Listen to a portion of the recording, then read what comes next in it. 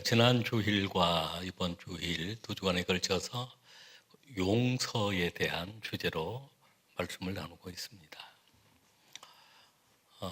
용서는 하나님의 마음이라고 했습니다. 또 용서는 하나님의 명령이라고 했습니다. 용서가 사랑의 시작이라고도 했습니다. 그리고 용서는 사랑의 완성이기도 합니다. 우리가 신앙의 여정 가운데 가장 더 어려운 부분이 용서이기도 하고, 그 용서는 가장 아름다운 열매이기도 합니다. 이 용서의 말씀을 통해서 다시 한번 우리의 신앙이 하나님을 기쁘시게 하고, 또 하나님의 마음을 더 깊이 이해하고, 또 하나님 뜻에 순종하는 수정의 가족들이 될 수 있기를 바랍니다. 왜 우리가 용서를 해야 될까요? 오늘 우리가 용서를 해야 될 그 이유 4가지를 말씀을 나누려고 합니다.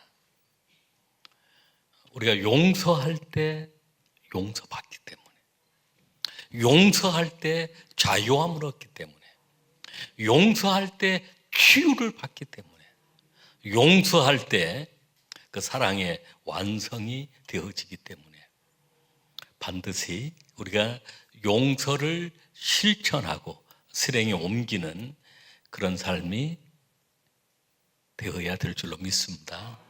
할렐루야. 우리가 용서, 첫 번째, 우리가 용서해야 용서를 받습니다. 우리 한번 따라하겠습니다. 용서해야 용서를 받습니다. 우리가 용서하는 것은 작은 것 용서할지라도 하나님이 우리에게 용서를 주실 때 하나님은 큰 용서를 베풀어 주시는 것입니다. 우리가 봉독한 말씀 마태복음 6장 14절 15절 말씀을 같이 읽겠습니다. 너희가 사람의 잘못을 용서하면 너희 하늘 아버지께서도 너희 잘못을 용서하시려니와 너희가 사람의 잘못을 용서하지 아니하면 너희 아버지께서도 너희 잘못을 용서하지 아니하시리라. 아멘. 용서하면 하나님께서도 용서하세요. 너희가 용서하지 아니하면 하나님께서도 용서하지 아니하신다라고 하는 말씀입니다. 그래서 우리는 반드시 용서를 해야 합니다. 작은 것 용서하지만 하나님은 우리에게 큰 것을, 큰 죄악을, 영원히 지옥 가야 하고 영원한 형벌을 받아야 될 그 모든 죄를 용서하시고 사해 주시기 때문입니다. 마태복음 18장의 말씀을 통해서 이 말씀에 대한 한 비유를 통해서 상세하게 설명을 하고 있습니다. 어느 주인이 이제 마지막 그 결산을 하는 때가 되었습니다. 근데 한 사람이 그 주인에게 1만 달란트 빚을 지게 되었던 것입니다. 근데 그 많은 빚을 지고 갚을 수 없는 빚을 졌습니다. 그래서 근데 주인이 갚아야 된다. 갚아라. 지금 제가 갚겠습니다. 좀 기다려 주십시오. 노력하겠습니다. 우리가 빚을 졌으면 반드시 또 갚으려고 노력을 해야 합니다. 그게 사람의 도리이기도 합니다. 근데 이제 갚으려고 막 했지만 갚을 수 없는 빚이잖아요. 그래서 그 주인이 감옥으로 보낸 것이 아니라 탕감을 해 주었습니다. 그리고 그렇게 탕감을 받고 나오다가 자신에게 빚을 진 사람을 만난 것입니다. 자신은 그 사람에게 100데나리온을 빌려준 것입니다. 100데나리온, 그러니까 한 데나리온이 노동자 하루의 품삯입니다. 그러니까 100일 품삯 정도 되어지는 그 돈을 빌려주었는데 돈을 안 갚은 것입니다. 갚으라라고 하니까 조금만 기다려주세요.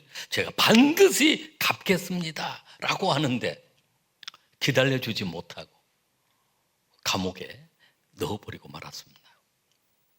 근데 그 소식을 본 주인이 듣게 된 것입니다.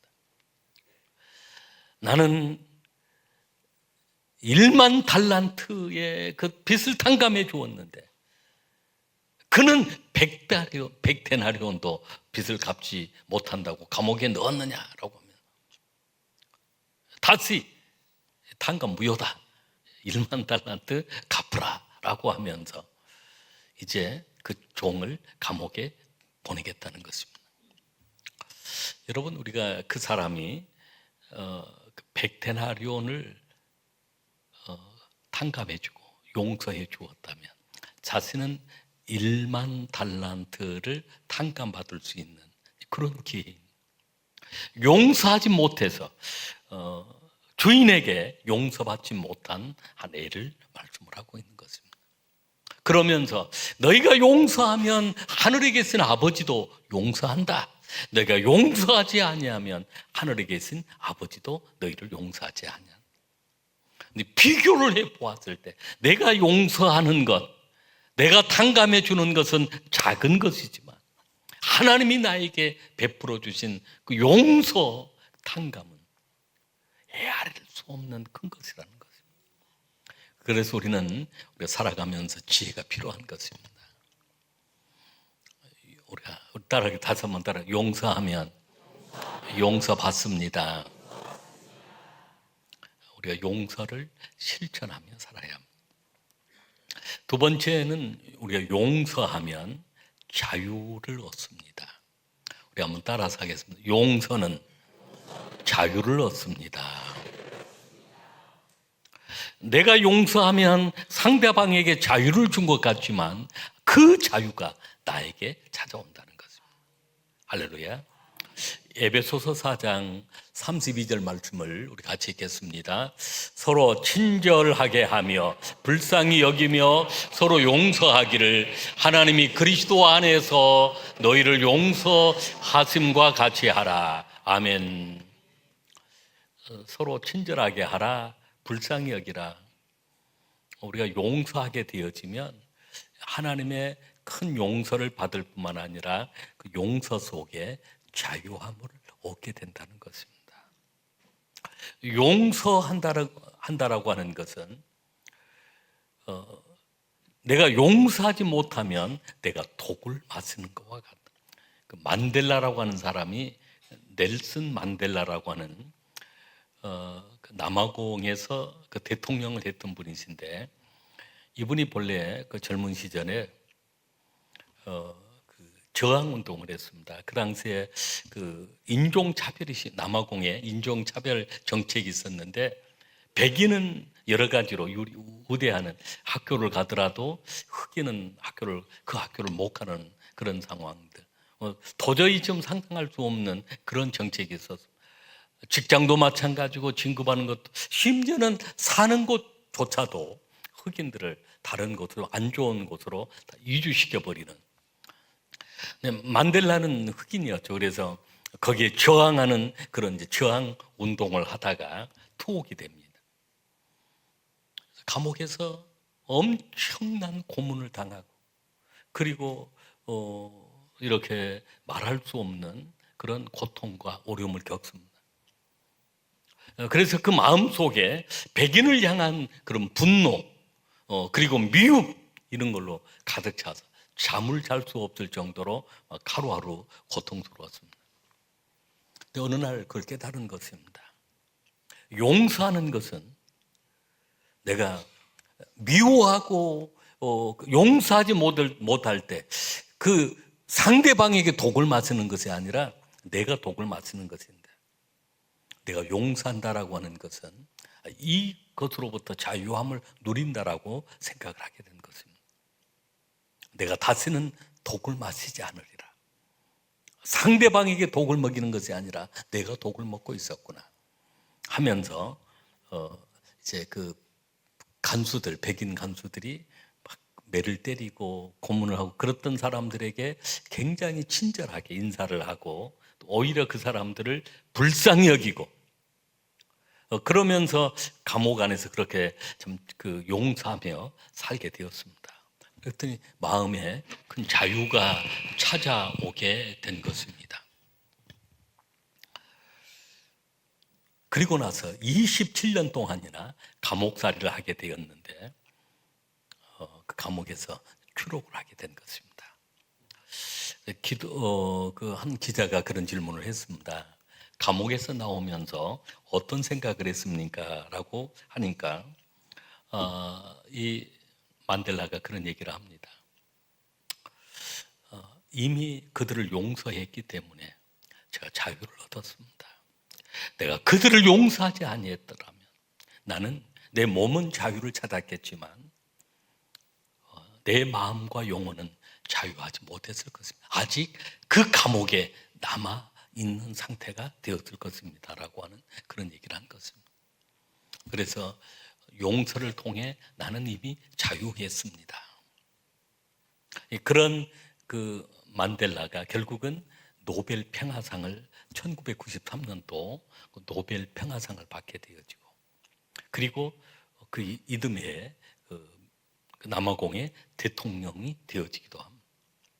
그러면서 미움으로, 용서하지 못하는 그런 미움을 가지고 나라를 세울 수 없고 가정을 세울 수 없다는 것입니다.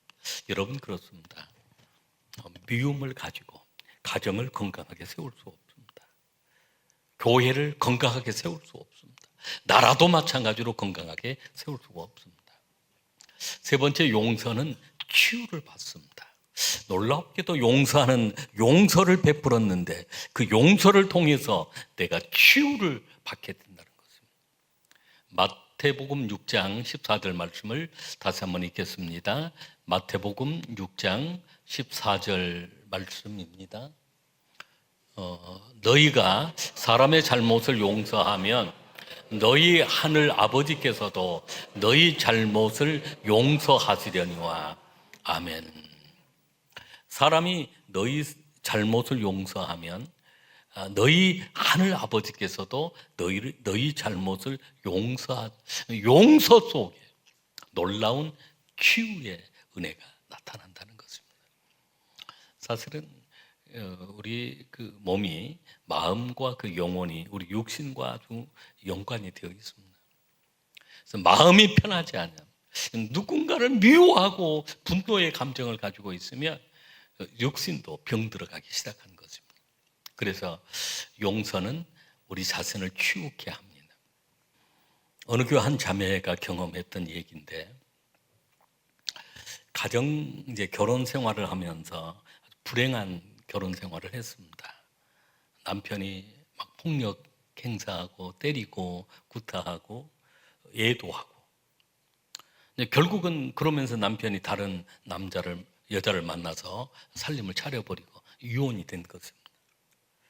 지금은 또 여러 가지 교육하는데 전 남편이 부담해야 될 그 돈을 뭐라고 그러죠? 양육비.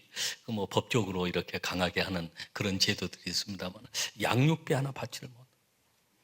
그 아이를 어렵게 키우면서 그 마음 속에 너무 많은 이제 분노 감정이 있었습니다. 용서가 안 되는 것입니다. 그래서 그러면서 점점 두통에 시달리고 또 우울증이 찾아오고 불면증이 찾아오고 견딜 수 없는 하루하루를 살아가는데 늘 막 온몸에 막 그 열이 올라서 생각만 하면 막 죽이고 싶도록 열이 막 오르고 그랬습니다. 그런데 어느 날 교회에 이제 전도가 돼가지고 교회를 갔는데 설교가 용서에 대한 설교였던 것입니다. 그러면서 용서하면 하나님이 치유하신다. 용서하면 하늘문이 열린다. 그런 설교를 들으면서 마음속에 도저히 용서가 안 되는데 그 설교를 들으면서 한없이 눈물이 남아서 더 기도를 하는데 성령님이 그런 마음을 주시는 것입니다. 딸아, 너의 아픔을 내가 안다. 내가 용서하면 너를 고쳐줄게. 그 주님의 음성이 그렇게 마음에 들렸던 것입니다. 그러면서 통곡을 하면서 그때 이제 그 남편을 용서하겠다고 선언을 한 것입니다. 불행했던 그 시절들이 쫙 막 그 필름 지나가듯이 지나갔지만은 하나하나 다 용서한다고 선포를 하고, 그리고 그 용서의 마음을 주님이 더 강하게 주시도록 그렇게 기도한 것입니다. 그리고 이제 가정에 집에 돌아갔는데 그날 밤에 처음으로 아주 평안히 깊이 잠을 자게 되었던 것입니다. 그러면 점점 두통이 사라지고 또 그 불면증이 사라지고 그리고 우울증까지 치료가 되어서 건강하게 살아가게 되었는데, 그 두 자녀를 키우는데 그 자녀들이 또 더 훌륭한 자녀들이 되어서 행복하게 삶을 살게 되었다는 것입니다. 근데 그렇게 괴롭히고 그렇게 또 예도까지 오고 나가서 다른 여자하고 살았던 그 남자가 어떻게 복을 받고 살겠습니까? 어쨌든 우리가 우리 인생의 행복을 위해서 용서하며 산다는 중요한 것입니다. 용서는 치유의 그런 능력이 되어지는 것입니다. 마지막 네 번째는 용서는 사랑의 완성입니다. 우리 한번 따라하게. 용서는 사랑의 완성입니다. 누가복음 23장 34절 말씀 같이 읽겠습니다. 이에 예수께서 이르시되 아버지 저들을 사하여 주옵소서. 자기들이 하는 것을 알지 못함이니이다 하시더라. 그들이 그의 옷을 나누어 제비 뽑을세. 아멘. 예수님께서 만왕의 왕으로 이 땅에 오신 분이신데, 예수님께서 오늘 우리를 위하여 십자가에 피 흘려 돌아가셨습니다. 침을 뱉으시고 채찍을 내리치시고 십자가에 양손에 못으로 박히시고 양발에 또 못으로 박히시고 허리에 창으로 찔리시면서도 예수님의 기도는 아버지 저들을 사하여 주옵소서. 자기들이 하는 것을 알지 못함이니이다 라고. 용서는 바로 사랑의 완성인 것입니다. 다 이루었다라고 말씀하신 주님, 용서를 통해서 다 이루어 주신 것입니다. 우리는 그 여수예양원 그 손양원 목사님의 얘기를 잘 알고 있습니다. 손양원 목사님이 신사참배로 감옥 생활을 하다가 나오셨는데 그 자녀들을 참 사모님이 어렵게 키웠습니다.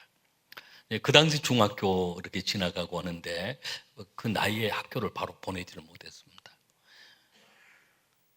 그래 큰아들 이름이 동인이고 둘째가 동신인데,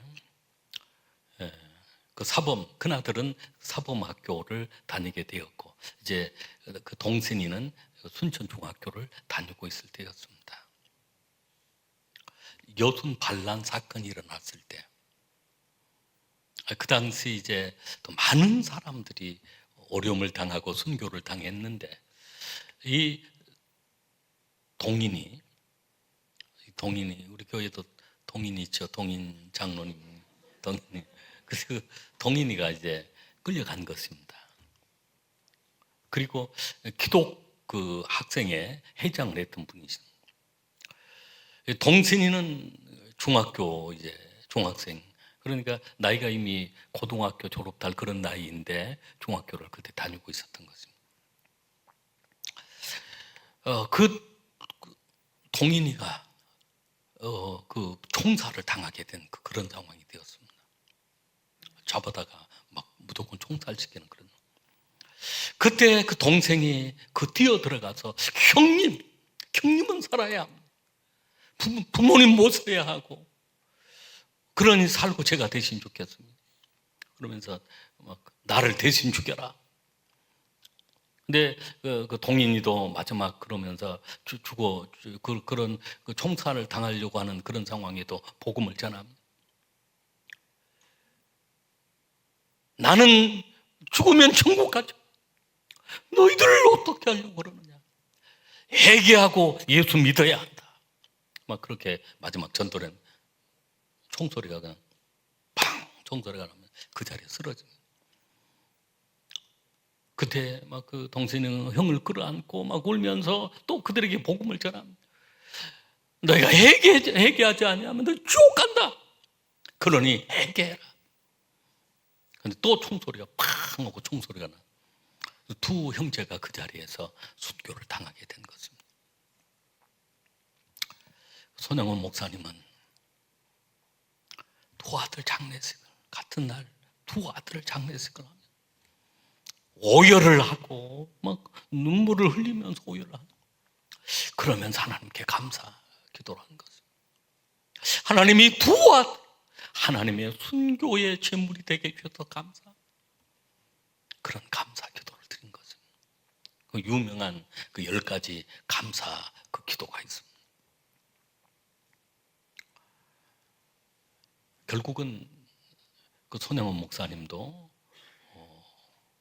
이제 전쟁, 6.25 전쟁 때 다 피난 이렇게 가도록 하는데 피난을 가지 않고 내가 양들을 두고 어디로 가겠느냐, 이 성도님들이 나 혼자 이 성도들을 두고 어디로 가겠느냐, 거기에 남아 계시다가 손영원 목사님도 그 순교를 당하시게 되어집니다. 근데 순교를 당하기 전에 두 아들이 죽고 난 다음 그 교도소 그 안재선이가 이제 그 두 아들을 죽였던 그 주범이었습니다. 교도에 찾아가서 그런 얘기를 합니다. 자네가 내 아들 두 아들을 죽였다. 나는 자네를 예수님의 사랑으로 내가 용서한, 그러니 예수님을 믿어라.